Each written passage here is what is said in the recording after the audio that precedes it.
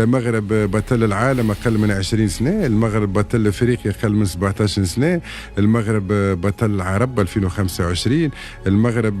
فيناليست في كأس أفريقيا للإناث، المغرب فتحي تقريبا كل شيء، شامبيون دافريك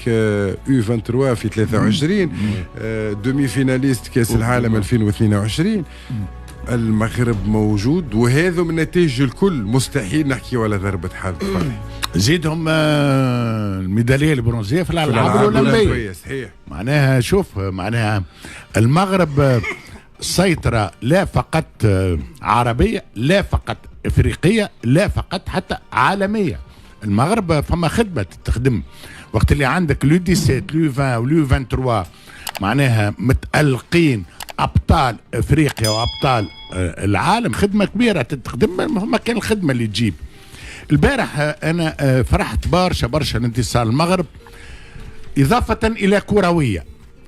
حتى اخلاقيا ومعنويا. فبطبيعه الحال نقول محلاك يا مغرب سكتيوي فالعمليه هذه، محلاك يا مدرب المغرب، ملاعبيه المغرب. معناها الفريق هذايا كان فريق اخر. المغرب راهو يوريك لي جينيراسيون تاع المغرب، U17 U20 U23، الفريق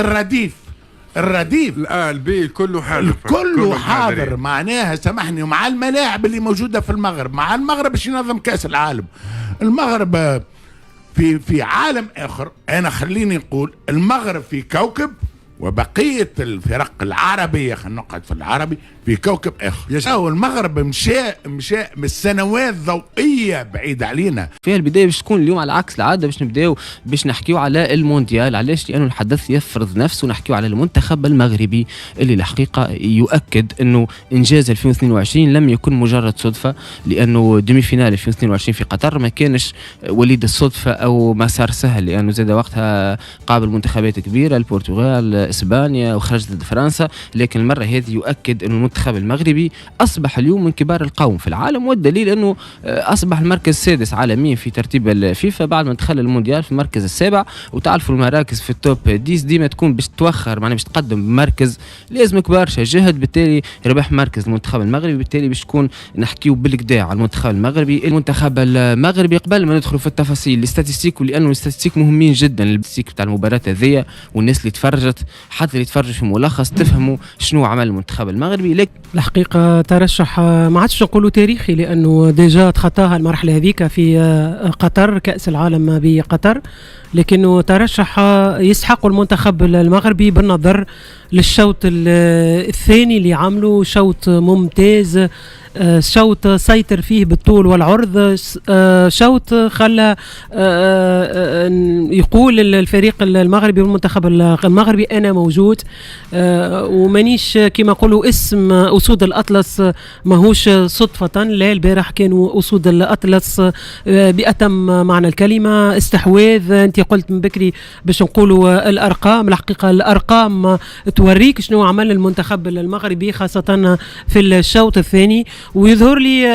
عن استحقاق على الأقل المنتخب المغربي الحقيقة ماجسترال من كل النواحي، حتى في محمد وهبي في تغييرات. المنتخب المغربي ما عادش المنتخب اللي يقولوا عليه منتخب عربي أو منتخب إفريقي، لكن المنتخب العالمي، المنتخب الأوروبي، المنتخب اللي عنده أرمدة من اللاعبين اللي تنشط في أوروبا، وقادمين لاعبين آخرين اللي قادرين أنهم ينشطوا في أعتى الفرق الأوروبية.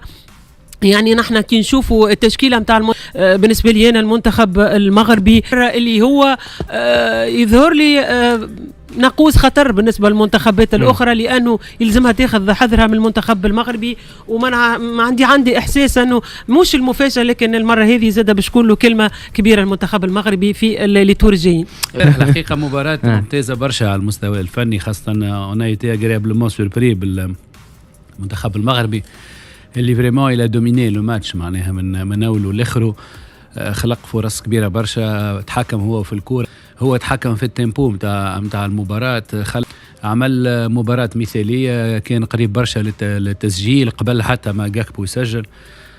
حكيمي مرتين وجه لوجه، واحده نحى الحارس والعارضه.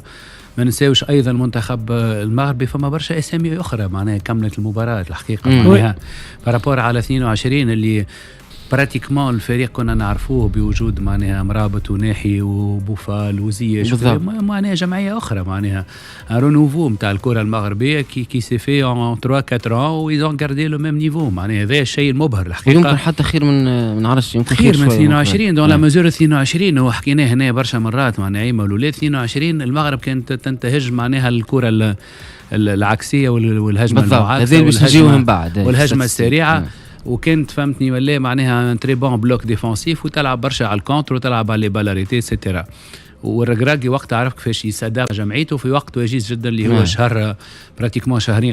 قبل كاس العالم لكن توا معناها مع وهبي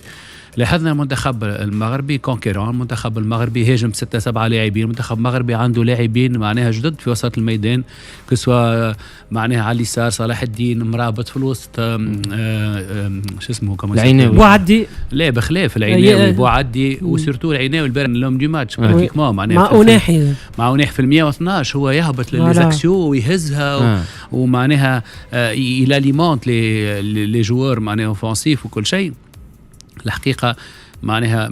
agréablement surpris بالمنتخب المغربي اللي فريمون ميريتي الكاليفيكاسيون نتاعو ميم سي هو راه المنتخب المغربي 5 ولا 6 تسديدات على المرمى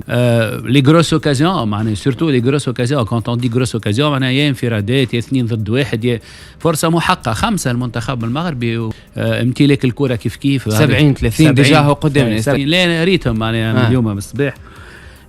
لانه المنتخب المغربي الحقيقه البرهن وحكينا هنا مع نعيمه قلنا ان فيرسيون باش نشوفوها اسكو لا فيرسيون نتاع البريمير ميتون نتاع البرازيل اللي هي اكسترا اوردينير ومعناها سي اون فيرسيون اللي فريمون كي دوميني وكونتر بريس رهيب جدا ولاعبين في اعلى فورمه والا لا فيرسيون المتوسطه نتاع هايتي البارح رينا براتيكمون لا فيرسيون نتاع البرازيل على المنتخب المغربي الحقيقه توا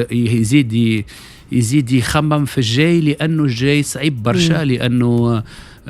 معناها المانيا كندا مش صعيب برشا لا نحكي الجاي هو فرنسا كارت دو فينال لانه المانيا بلو جراند او باش نجيوها دكتور ديسيبسيون كبيره تضرب بينا لا نحكي لك معناها الكار هذاك لو كار دو تابلو اللي على اليسار فوقاني اللي على اليسار فيها المانيا وفي فرنسا وفي المغرب وفي هولندا برشا الحقيقه سي ان كار تري شارجي وكندا اللي هو سان بيوت بيان سور ديما بلد منظم مهما كان ديما راهو يعني دونك بون شانس ليهم وبرافو عليهم وان شاء الله القادم خير وان شاء الله معناها بون شانس المنتخبات العربيه باش نرجع لكم لانه الحقيقه راهو اللي صار البارح ماهوش حاجه استانسنا بها معناها حتى انجاز 2022 نعيمه كما كان يحكي الدكتور وهذه اهم نقطه كنت نركز عليها انه كان يلعب على الكونتر اتاك المنتخب المغربي شفنا سيطره راهو معناها مش ساهل راهو مباراه سيطره على المنتخب 12 تسديده لمنتخب المغرب